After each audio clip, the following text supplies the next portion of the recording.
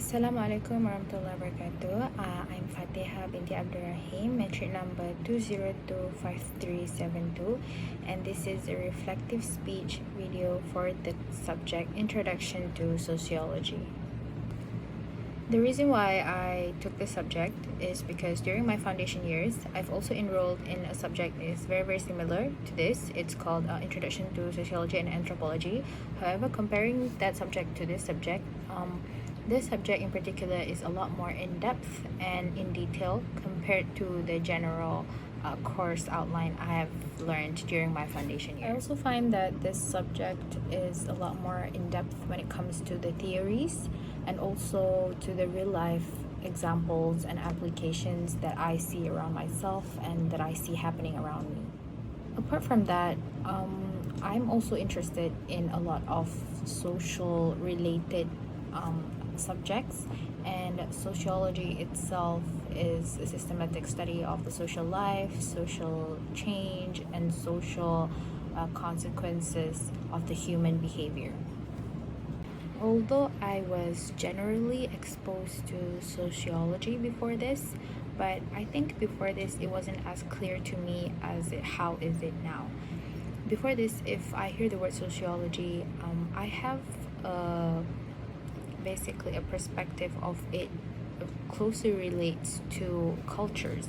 However, now I tend to understand that it's how and why humans behave like that as a social community and the overall social behavior, and not just individually. And it also made me realize it's not just about the behavior, but what causes the behavior. Is it the family background? Is it the culture that they grow up in? Is it hereditary? So those things are really interesting to know, and it made me in particular more open-minded as to why certain people behave certain way and why certain community have a certain culture. One theory that I specifically am very interested that I've learned in the class is called deviant behavior. Deviant behavior are basically actions or behaviors that go against the social norms or social expectations. And they can actually be divided into two, which is formal and informal.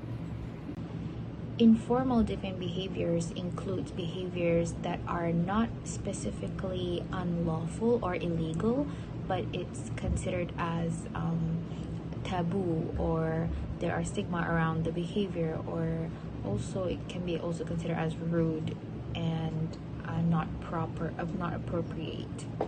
Some of the example of informal deviant behaviors is farting in public, tongue piercing, and also speaking up against elderly people, because in our culture it's considered as rude. However, theoretically speaking, and even in other cultures, it is actually not rude to stand up for yourself, even if you are younger than the person you are disagreeing with. The same with tongue piercing. It is not necessarily illegal. The formal deviant behavior, however, is the illegal act, which is murder in this case, or killing other people. So before learning sociology and understanding what deviant behavior is, I might think those who fart in public, those who have tongue piercing, and youngers who speak up for themselves, I may think of them as no common sense.